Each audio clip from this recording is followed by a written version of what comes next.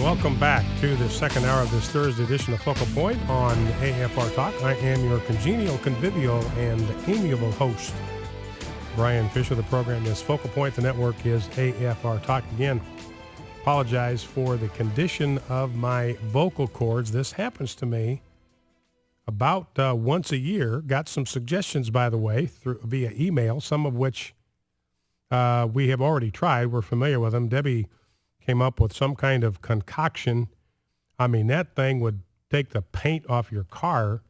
It had cayenne pepper in it, and it was designed to sort of soothe the throat and keep me from going into coughing fits. And it's hard for me to tell what works and what does not, but I appreciate very much the prayers and the support.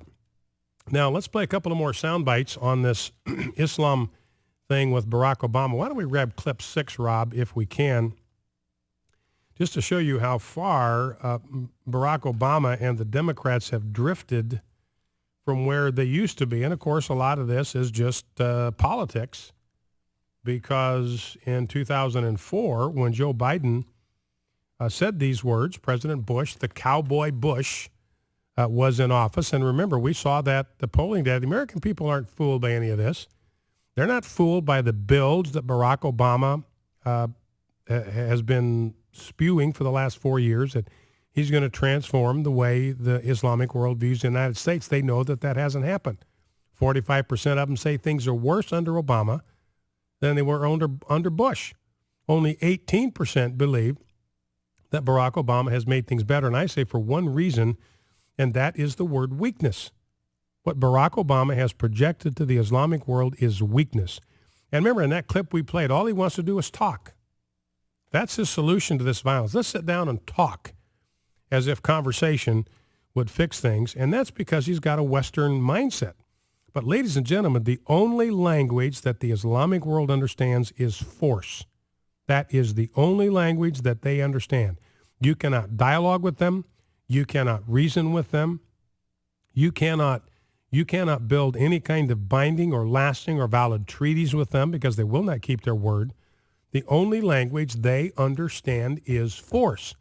And the reason things were better with the Islamic world under Bush than they are now under Obama is that they knew from President Bush, both in Iraq and Afghanistan, that he was willing to use force to protect American interests. And so that created a certain amount of fear and even respect on the part of the American people. But now, if you can believe this, we have Barack Obama out there spending hundreds of millions of dollars, well, millions of dollars anyway, building mosques overseas. Can you believe that? We talked about this back in 2010, but his administration has this entire mosque restoration program.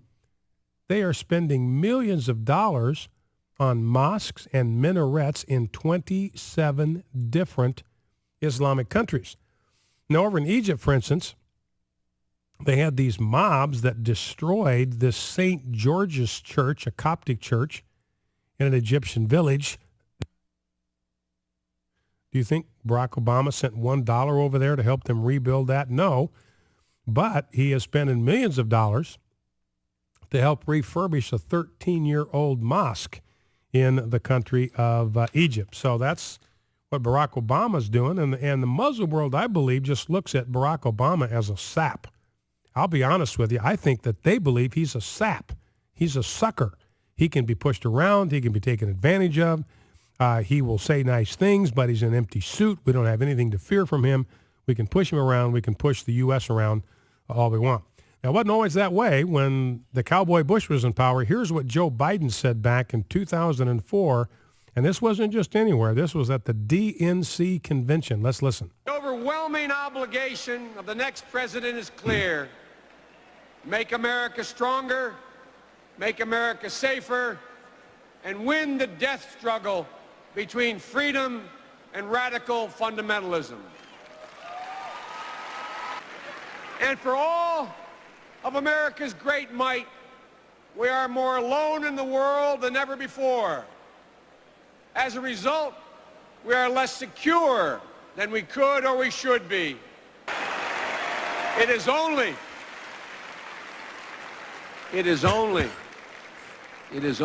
leadership if someone follows and no one is following.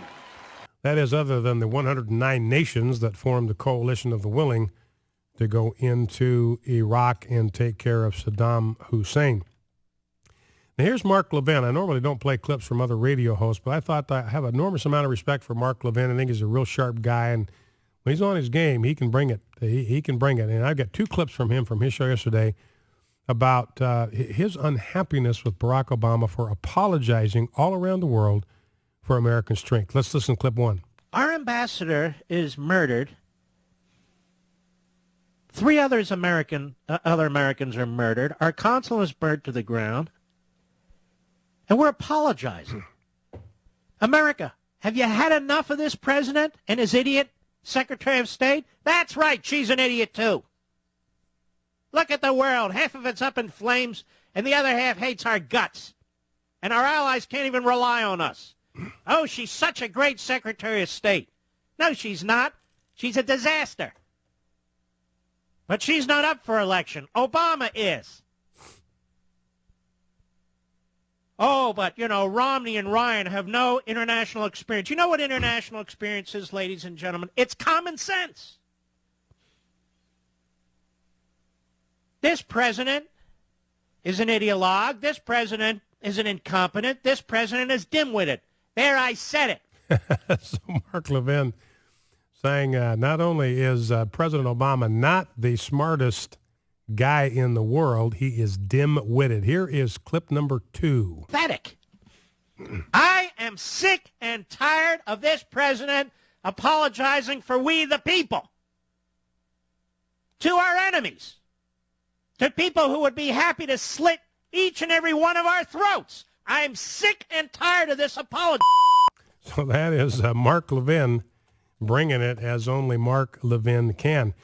And again, ladies and gentlemen, I said this before, but Islam and America are incompatible. Let me repeat myself because I want to be very clear about this. This is a very deliberate statement I'm making. Islam and America are incompatible.